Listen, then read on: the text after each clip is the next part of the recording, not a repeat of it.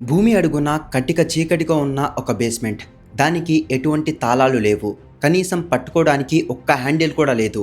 దాన్ని తెరవడానికి ఈ ప్రపంచంలో ఉన్న ఏ మోడ్రన్ మిషన్లు, ఏ లేజర్ కట్టర్లు కూడా పనికిరావు. కానీ ఆ తలుపు వెనుక లక్షల కోట్ల నిధి ఉందంటారు.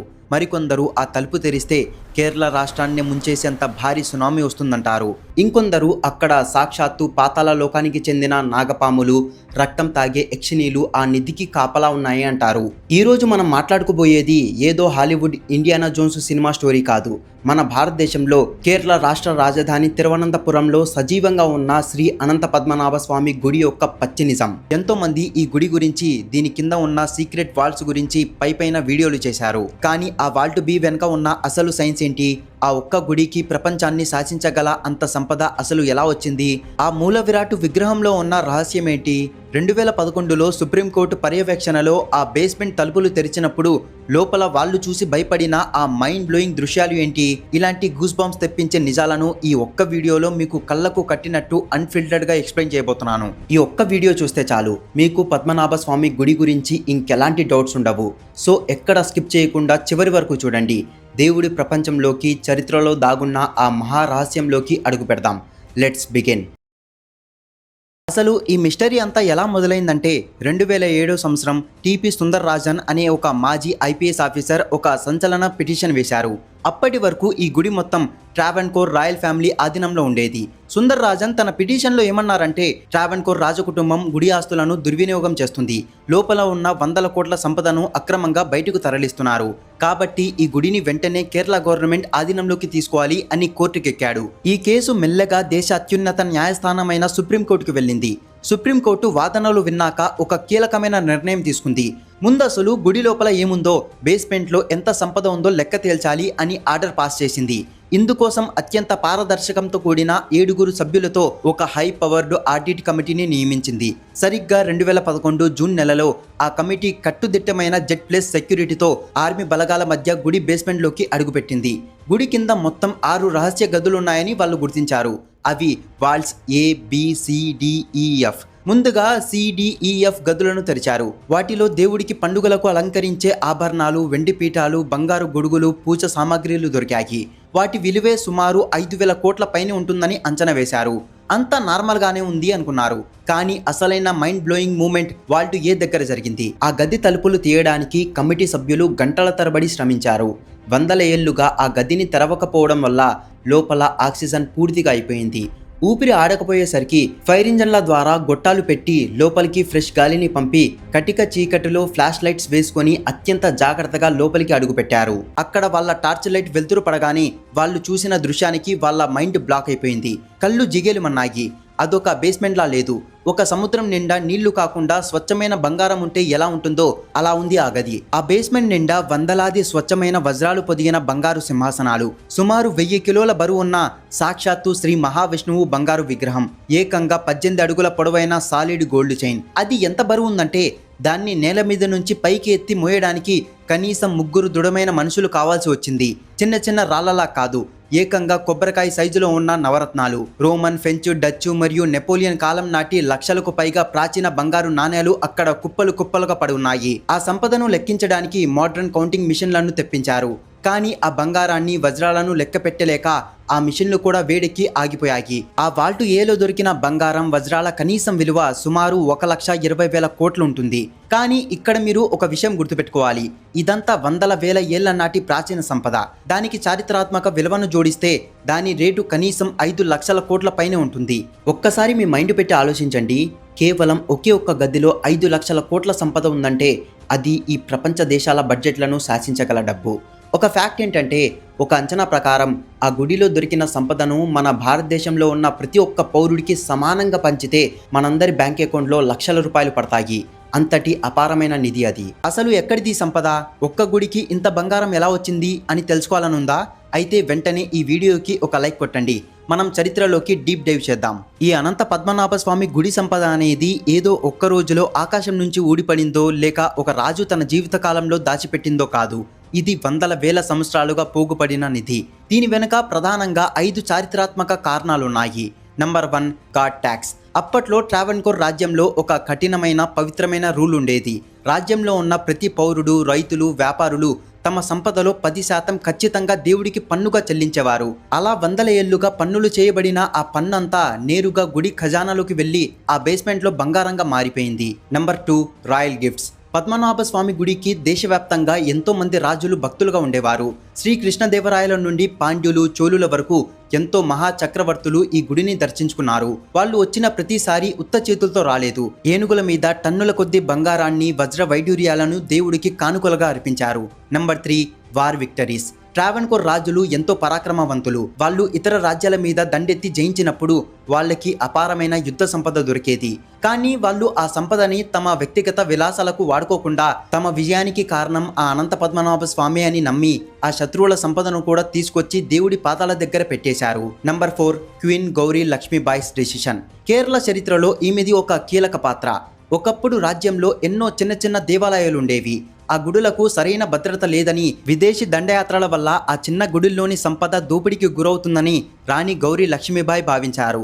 అందుకే రాజ్యంలోని వందలాది చిన్న గుడుల్లో ఉన్న మిగిలిన బంగారాన్ని, దేవుడి ఆభరణాలను తీసుకొచ్చి అత్యంత సురక్షితమైన ఈ పద్మనాభ స్వామి నేలమాళిగల్లోనే భద్రపరిచారు. Number 5, black gold, the pepper trade. ఇదే అన్నిటికంటే ముఖ్యమైన మరియు మన ఇండియన్ ఎకానమీని ప్రపంచ పటంలో నిలబెట్టిన కారణం. ఆ కాలంలో ప్రపంచంలోనే అత్యధికంగా మిరియాలు మన కేరళ రాష్ట్రంలోనే పండేవి. ఆ రోజుల్లో యూరోప్ వాళ్ళకి, ముఖ్యంగా రోమన్లకు మన మిరియాలు ప్రాణంతో సమానం. మాంసాన్ని నిల్వ చేసుకోవడానికి వాళ్ళకి మిరియాలు ఖచ్చితంగా కావాలి. అప్పట్లో వ్యాపారం ఎలా జరిగేదో తెలుసా? ఒక పిడికెడు మిరియాలు ఇస్తే విదేశీయులు తిరిగి ఒక పిడికెడు స్వచ్ఛమైన బంగారాన్ని ఇచ్చేవారు. ఇది అక్షరాల నిజం. రోమన్లు, డచ్ వాళ్ళు, ఫ్రెంచ్ వాళ్ళు, బ్రిటిష్ వాళ్ళు మన మిరియాల కోసం తమ దేశాల నుండి పడవల నిండా బంగారాన్ని తెచ్చి మన కేరళ రాజులకి ఇచ్చేవారు. ఆ వ్యాపారం ద్వారా వచ్చిన అనంతమైన బంగారమే ఈ వాల్స్లో నిండిపోయి ఈ రోజు వాల్టు ఏలో ఫ్రెంచ్, డచ్, రోమన్ల నాణ్యాల రూపంలో మనకు దొరికింది. ఇంత అపారమైన సంపద ఒకే చోట గుంటలుగా పడి ఉన్నప్పుడు ఏ శత్రువు అయినా సైలెంట్గా ఉంటాడా? విదేశీ ఆక్రమణదారులు ఖచ్చితంగా దండెత్తుతారు. సరిగ్గా 1741లో అదే జరిగింది. అప్పటికే ప్రపంచాన్ని వణికిస్తున్న డచ్ ఈస్ట్ ఇండియా కంపెనీ తమ భారీ నావికా దళాలతో ట్రావెన్కోర్ రాజ్యం మీదకి దాడికి దిగింది. వాళ్ళ మెయిన్ టార్గెట్ ఈ గుడిలోని సంపదే. కానీ అప్పట్లో ట్రావెన్కోర్ రాజు మార్తాండవర్మ. ఆయన ఒక సాధారణ రాజు కాదు, ఒక గొప్ప వ్యూహకర్త. బ్యాటిల్ ఆఫ్ కొలాచల్ అనే చారిత్రాత్మక యుద్ధంలో తన లోకల్ సైన్యంతో డచ్ వాళ్ళ నావికా దళాన్ని ముప్పు తిప్పలు పెట్టి మట్టి కరిపించాడు. మీకు తెలుసా, ఆసియా ఖండం చరిత్రలోనే ఒక పవర్ఫుల్ యూరోపియన్ నావికా శక్తిని ఓడించిన మొట్టమొదటి రాజు ఆయనే. కానీ ఈ విజయం తర్వాత మార్తాండవర్మకు ఒక భయం పట్టుకుంది. ఈ రోజు నేను నా పరాక్రమంతో డచ్ వాళ్ళని ఓడించాను, కానీ రేపు మైసూర్ టైగర్ టిప్పు సుల్తాన్ రావచ్చు. ఆ తర్వాత టెక్నాలజీతో, ఫిరంగులతో ఎంతో తెలివైన బ్రిటిష్ వాళ్ళు రావచ్చు. నేను పోయాక నా వారసులు ఇంత పెద్ద సైన్యాన్ని ఎదుర్కోలేకపోవచ్చు. అప్పుడు నా ప్రాణానికి ప్రాణమైన ఈ దేవుడి సంపదను, ఆ లక్షల కోట్ల నిధిని వాళ్ళ చేతికి చిక్కకుండా ఎలా ఆపాలి అని రాత్రింబగళ్ళు దీర్ఘంగా ఆలోచించేవాడు. అప్పుడు ఆయన ఆడిన ఒక legal and psychological mind game చరిత్రనే మార్చేసింది. అదే త్రిప్పడి దానం. 1750 జనవరి 3న మార్తాండవర్మ తన రాజ్యాన్ని, తన కిరీటాన్ని, తన అపారమైన సంపదను, తన ఖడ్గాన్ని తీసుకెళ్లి మొత్తం పద్మనాభ స్వామి పాదాల దగ్గర ఉంచాడు. రాజ్యంలోని ప్రజలందరి ముందు ఒక చారిత్రాత్మక ప్రకటన చేశాడు. ఇకపై ఈ రాజ్యానికి నేను రాజుని కాదు, ఈ రాజ్యానికి అసలైన రాజు అనంత పద్మనాభ స్వామి మాత్రమే. మేము కేవలం పద్మనాభ దాసులం. దేవుడి తరపున, దేవుడి ప్రతినిధులుగా మాత్రమే మేము ఈ రాజ్యాన్ని పాలిస్తాం. ఈ గుడిలోని ప్రతి పైసా దేవుడిదే అని చట్టబద్ధంగా శాసనం రాశాడు. ఇది మామూలు నిర్ణయం కాదు, ఇదొక జియో పొలిటికల్ మాస్టర్ స్ట్రోక్. దీనివల్ల ఏం జరుగుతుందంటే, భవిష్యత్తులో బ్రిటిష్ వాళ్ళు ఇండియా మొత్తం ఆక్రమించుకున్నా కూడా వాళ్ళు ఈ గుడి సంపదను ముట్టుకోలేకపోయారు. ఎందుకంటే బ్రిటిష్ లా ప్రకారం ఒక రాజును యుద్ధంలో ఓడించి ఆ రాజు ఆస్తిని లీగల్ గా దోచుకోవచ్చు, కానీ ఈ ఆస్తి రాజుది కాదు, దేవుడిది. ఒకవేళ బ్రిటిష్ వాళ్ళు దౌర్జన్యంగా గుడిలోకి చొరబడి దేవుడి ఆస్తిని దోచుకోవాలని చూస్తే ఆ రాజ్యంలో ఉన్న యువత, లక్షలాది మంది మతపరమైన తిరుగుబాటు చేస్తారని బ్రిటిష్ జనరల్స్ భయపడ్డారు. కేవలం మార్తాండవర్మ తీసుకున్న ఆ ఒక్క సింగిల్ నిర్ణయం వల్ల వందల ఏళ్లుగా ఎంతో మంది శత్రువులు దండెత్తినా సరే ఆ నిధి సేఫ్గా ఉండిపోయింది. మీరు ఎప్పుడైనా లాజికల్గా ఆలోచించారా? మనం ఎప్పుడు వింటుంటాం కదా, దేవుడికి ఆకారం లేదు, రూపం లేదు అని. మరి అలాంటప్పుడు ఈ గుడులు ఎందుకు, ఈ విగ్రహాలు ఎందుకు? ఇది చాలా డీప్ సైన్స్. సూర్యుడి శక్తి ఎంత నిజమో మనందరికీ తెలుసు. కానీ ఆ అనంతమైన శక్తిని మనం వాడుకోవాలంటే సోలార్ ప్యానెల్స్ అనే ఒక మీడియం ఎలాగైతే కావాలో మానవుడి కంటికి కనిపించని ఆ అనంత విశ్వశక్తిని ఒక చోట కేంద్రీకరించడానికి, సామాన్యులు ఆ ఎనర్జీతో కనెక్ట్ అవ్వడానికి మన పూర్వీకులు కనుగొన్న అత్యద్భుతమైన మాధ్యమమే ఈ గుడి, ఆ విగ్రహం. ఇప్పుడు ఈ గుడిలోని అసలైన దేవుడు, ఆ మూల విరాట్ యొక్క పుట్టుక మరియు ప్రపంచాన్ని వణికిస్తున్న ఆ వాల్ట్ బి వెనుక ఉన్న ఆ భయంకరమైన 4 థియరీల గురించి డీటెయిల్ గా చూద్దాం. అసలు కేరళలోని ఈ దట్టమైన అడవుల్లో సాక్షాత్తు శ్రీ మహావిష్ణువు ఎలా వెలిశాడు? దీని వెనుక ఒక అద్భుతమైన చరిత్ర ఉంది. కలియుగం మొదలైన కొత్తలో నార్త్ కర్ణాటకకు చెందిన దివాకర ముని విష్ణువు దర్శనం కోసం ఘోరమైన కఠోర తపస్సు చేశాడు. ఆయన భక్తికి మెచ్చి విష్ణువు ఆయన ముందు ఒక చిన్న బాలుడి రూపంలో ప్రత్యక్షమయ్యాడు. ఆ ముని పూజలు చేస్తున్నప్పుడు ఆ బాలుడు ఆయనతో ఆడుకుంటూ ఉండేవాడు. కానీ ఒకరోజు ఆ బాలుడు ముని ఎంతో పవిత్రంగా పూజించే ఒక శాలిగ్రామాన్ని తీసి నోట్లో పెట్టుకున్నాడు. అది చూసి కోపం పట్టలేక ఆ ముని బాలుడిని గట్టిగా అరిచాడు. అప్పుడు ఆ బాలుడు నవ్వి, నన్ను చూడాలని నువ్వు ఇన్నేళ్లు తపస్సు చేశావు, ఇప్పుడు నన్ను తిట్టావు, ఇకపై నేను నీకు ఇక్కడ కనిపించను. నీకు దమ్ముంటే, నా మీద నిజమైన భక్తి ఉంటే నన్ను వెతుక్కుంటూ అనంత నాకడు అడవికి రా అని అక్కడికక్కడే చెప్పి మాయమైపోయాడు. అప్పుడు అర్థమైంది ఆ మునికి, తనతో ఆడుకున్నది సాక్షాత్తు శ్రీహరి అని. ఆ బాలుడి కోసం అన్నపానీయులు మానేసి పిచ్చివాడిలా వెతుక్కుంటూ అప్పటి మద్రాస్ ప్రెసిడెన్సీలో ఉన్న కేరళలోని దట్టమైన అడవిల్లోకి చేరుకున్నాడు. అక్కడ ఒక పెద్ద చెట్టు దగ్గర ఆ బాలుడు కనిపించాడు. ఆ ముని చూస్తుండగానే ఆ చెట్టు కూలిపోయి అందులో నుంచి ఏకంగా 18 అడుగుల అతిపెద్ద భారీ అనంత పద్మనాభ స్వామిగా 5 అడుగుల శేషనాగుపై పవలించి ఉన్న రూపంలో దర్శనమిచ్చాడు. ఆ విగ్రహం ఎంత పెద్దదంటే ఈ రోజుకి కూడా మీరు ఆ గుడికి వెళ్తే స్వామివారిని ఒకేసారి చూడలేరు. ఆ 18 అడుగుల విగ్రహాన్ని చూడడానికి గర్భగుడికి 3 ద్వారాలుంటాయి. మొదటి ద్వారం నుండి చూస్తే స్వామివారి ముఖం, శివలింగం కనిపిస్తాయి. రెండవ ద్వారం నుండి చూస్తే స్వామివారి నాభి, అందులో నుంచి పుట్టిన బ్రహ్మదేవుడు కనిపిస్తాడు. మూడవ ద్వారం నుండి చూస్తే స్వామివారి పాదాలు కనిపిస్తాయి. కానీ ఇక్కడ ఇంకో మైండ్ బ్లోయింగ్ మిస్టరీ ఉంది. మీరు ఏ గుడికి వెళ్ళినా దేవుడికి నీళ్లతోనో, పాలతోనో, పంచామృతాలతోనో అభిషేకం చేస్తారు. కానీ ఈ గుడిలోని మూల విరాటకు అసలు అభిషేకమే చేయరు. ఎందుకంటే ఈ విగ్రహాన్ని ఏ రాయితోనో, ఏ లోహంతోనో చెక్కలేదు. దీన్ని 18వ శతాబ్దంలో కడు సర్కార యోగం అనే ఒక ప్రాచీన ఆల్కెమికల్ సైన్స్ ద్వారా తయారు చేశారు. నేపాల్లోని గండకి నది నుండి ఏనుగుల మీద ప్రత్యేకంగా తెప్పించిన 12,008 పవిత్ర శాలిగ్రామాలను, ఎన్నో రకాల ఆయుర్వేద మూలికలను, చెట్టు బెరడును, బెల్లాన్ని, రసాయలను కలిపి ఒక జిగురుగా తయారు చేసి ఈ విగ్రహాన్ని ప్రతిష్ఠించారు. అందుకే ఈ విగ్రహం చాలా చాలా పవర్ఫుల్. ఇది సాక్షాత్తు ఒక ఎనర్జీ రియాక్టర్ లాగా పనిచేస్తుంది. ఇప్పుడు అసలు విషయానికి వద్దాం. సుప్రీంకోర్టు కమిటీని, ఆర్మీని, యావత్ ప్రపంచాన్ని వణికిస్తున్న వాల్ట్ బి రహస్యం. 2011లో కమిటీ వాళ్ళు ACDEF గదులను తెరిచి లక్షల కోట్ల సంపదను బయటికి తీశారు కదా. కానీ వాళ్ళు ఎప్పుడైతే 6వ గది అంటే వాల్ట్ బి దగ్గరికి వెళ్లారో అక్కడున్న పూజారులు వాళ్లకు అడ్డుగా నిలబడి తీవ్రంగా హెచ్చరించారు. ఆ గది తలుపులు చూస్తేనే ఎవరికైనా వణుకు పుడుతుంది. దాని డిజైన్ ఎలా ఉందంటే ఆ తలుపులకి కనీసం తాళాలు లేవు, పట్టుకోవడానికి కనీసం ఒక్క హ్యాండిల్ కూడా లేదు. అది సాలిడ్ ఐరన్తో చేయబడింది. ఆ తలుపు మీద 2 భయంకరమైన నాగపాముల బొమ్మలు మరియు ఒక యక్షిని బొమ్మ చెక్కబడి ఉంది. నన్ను తెరిస్తే మరణం తథ్యం అన్నట్టుగా వార్నింగ్ సైన్స్ లాగా ఆ బొమ్మలున్నాయి. అసలు ఈ తలుపులను గతంలో ఎప్పుడైనా తెరిచారా? చరిత్రలోకి వెళ్తే ఎమిలీ గిల్క్రిస్ట్ అనే ఒక బ్రిటిష్ రచయిత్రి రాసిన పుస్తకం ప్రకారం 1908లో కొందరు దొంగలు ఈ నిధిని దోచుకోవడానికి ఆ బేస్మెంట్ లోకి వెళ్లారట. ఆ ఇనుప తలుపుల మీద వాళ్ళు గొడ్డలితో ఒక్క దెబ్బ వేయగానే ఎక్కడి నుండో వేల నాగపాములు ఉసురుమంటూ వాళ్ళ మీదకు దూసుకొచ్చాయట. ప్రాణాలు గుప్పెట్లో పెట్టుకొని ఆ దొంగలు పారిపోయారు.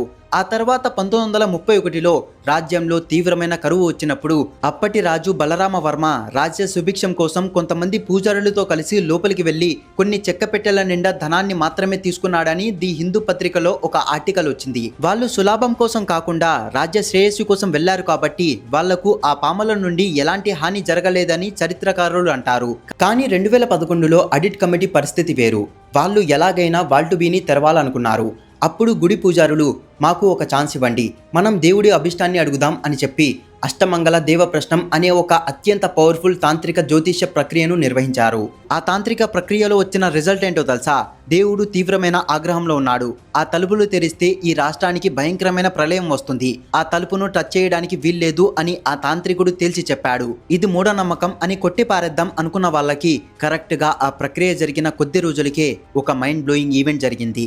ఈ ఆడిట్ కోసం సుప్రీంకోర్టులో పిటిషన్ వేసిన ఆ మాజీ ఐపీఎస్ ఆఫీసర్ టిపి సుందరరాజన్ అకస్మాత్తుగా గుండెపోటుతో చనిపోయాడు. దాంతో ఒక్కసారిగా దేశమంతటా భయం మొదలైంది. వాల్ట్ బీకి నిజంగానే ఏదో అదృశ్య శక్తి ఉందని ప్రజలు బలంగా నమ్మడం స్టార్ట్ చేశారు. సుప్రీంకోర్టు కూడా కోట్లాది మంది ప్రజల మనోభావాలను గౌరవించి ఫర్దర్ ఆర్డర్స్ వచ్చేదాకా ఆ తలుపులను తెరవకూడదని ఆదేశించింది.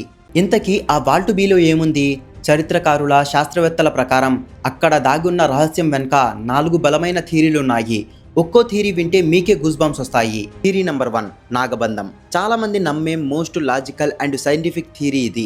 ఆ గదికి మన ప్రాచీన సిద్ధులు నాగబంధం అనే అత్యంత శక్తివంతమైన పురాతన అకోస్టిక్ సెక్యూరిటీ లాక్ వేశారు. అంటే దీన్ని తాళాలతో కాకుండా మంత్రశక్తులతో, సౌండ్ ఫ్రీక్వెన్సీలతో బంధించారు.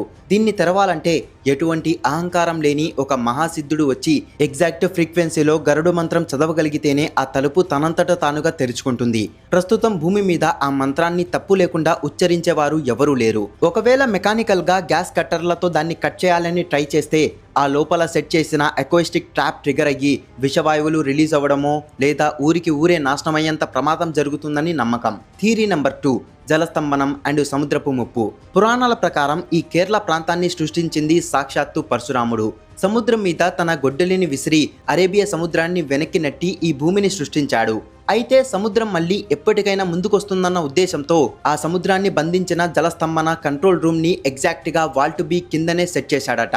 దీనికి ప్రాక్టికల్ ప్రూఫ్ ఏంటంటే మీరు ఆ ఇనుప తలుపు దగ్గరికి వెళ్ళి చెవి పెట్టి వింటే భయంకరమైన సముద్రపు అలల శబ్దం స్పష్టంగా వినిపిస్తుంది. ఒకవేళ ఆ తలుపును బలవంతంగా తెరిస్తే సముద్రం మళ్ళీ తన పాత స్థానానికి వచ్చి కేరళ రాష్ట్రాన్ని ముంచేసేంతటి భారీ జలప్రళయం వస్తుందని పండితుల మాట. Theory number 3, కాంజిరట్టు Yakshini. గుడి రికార్డుల ప్రకారం ఆ తలుపును రక్షిస్తున్నది కాంజిరట్టు యక్షిని. ప్రాచీన వేనాడు రాజుల కాలంలో ఈ యక్షినిని మంత్రబద్ధం చేసి ఆ గదికి శాశ్వత కాపలాగా పెట్టారు. ఆ తలుపు వెనక ఉన్న నిధిని ముట్టుకోవాలని ట్రై చేస్తే ఈ యక్షిని రక్తం తాగుతుందని, అందుకే ఆ తలుపు ముట్టుకోగానే ఊహించని మరణాలు సంభవిస్తూ ఉంటాయని లోకల్గా ఉండే నమ్మకం. థియరీ నెంబర్ 4, దైవిక శ్రీచక్రం లేదా పురాతన టెక్నాలజీ. మరికొందరి సైంటిఫిక్ అండ్ స్పిరిచువల్ థియరీ ఏంటంటే ఆ గదిలో అసలు బంగారమే లేదు. సాక్షాత్తు పరశురాముడు స్వయంగా స్థాపించిన అత్యంత శక్తివంతమైన శ్రీచక్రం ఉంది. ఆ శ్రీచక్రం నుండే ఆ గుడికి, ఆ నేల మొత్తానికి అనంతమైన పాజిటివ్ కాస్మిక్ ఎనర్జీ వస్తుంది. ఇంకొందరు చరిత్రకారులు ఏమంటారంటే మోడర్న్ మనిషికి అర్థం కాని ఒక పురాతన అత్యున్నతమైన టెక్నాలజీ లేదా ఏలియన్ ఆయుధాలు ఆ గదిలో దాగి ఉండొచ్చు అని అంటారు. ఏది ఏమైనా 9 ఏళ్ల సుదీర్ఘ న్యాయ పోరాటం తర్వాత 2020లో సుప్రీంకోర్టు ఒక చారిత్రాత్మక తీర్పునిచ్చింది. ఈ గుడి, ఈ అపారమైన సంపద ఏ రాష్ట్ర ప్రభుత్వానిది కాదు, ఏ వ్యక్తి సొంతం కాదు. ఇది సాక్షాత్తు శ్రీ అనంత పద్మనాభ స్వామి ఆస్తి అని కుండబద్దలు కొట్టింది.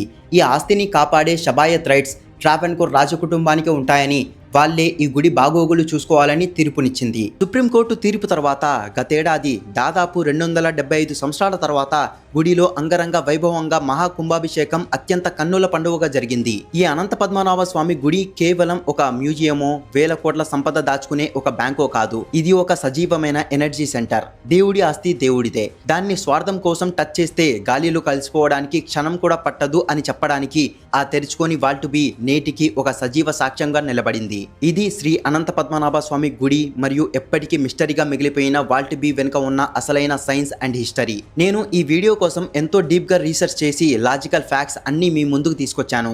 ఇప్పుడు నేను మిమ్మల్ని ఒక చిన్న ప్రశ్న అడుగుతాను, దీనికి ఆన్సర్ చెప్పండి. మీ ఉద్దేశంలో ఆ వాల్ట్ బీలో ఏముండి ఉంటుంది అనుకుంటున్నారు? నిజంగానే నాగపాములు ఉన్నాయా? జలప్రళయం తెచ్చే సముద్రపు దారి ఉందా? యక్షిని ఉందా? లేక ఇంకో 5 లక్షల కోట్ల బంగారం ఉందా? లేదా మనకు తెలియని ఒక ఏలియన్ టెక్నాలజీ ఉందా? మీ గెస్ ఏంటో కామెంట్ సెషన్లో ఖచ్చితంగా చెప్పండి. భవిష్యత్తులో ఎప్పుడైనా ఆ తలుపు తెరిచినప్పుడు మీ గెస్ కనుక కరెక్ట్ అయితే ఈ వీడియో కింద మీరు పెట్టే కామెంట్ ఒక చారిత్రాత్మక రికార్డుగా మిగిలిపోతుంది. ఈ వీడియోలో నా ఎఫర్ట్స్, నా స్టోరీ టెల్లింగ్ మీకు నచ్చితే మీ తరపు నుంచి జస్ట్ ఒక లైక్ చేయండి. మన హిస్టరీ గురించి అందరికీ తెలియాలి కాబట్టి మీ ఫ్రెండ్స్ అండ్ ఫ్యామిలీస్తో ఖచ్చితంగా షేర్ చేయండి. ఇలాంటి మరెన్నో mind blowing mysteries and unfiltered history videos కోసం మన ఛానల్ని ఇప్పుడే సబ్స్క్రైబ్ చేసుకొని బెల్ ఐకాన్ని ఆల్లో పెట్టుకోండి. జై హింద్.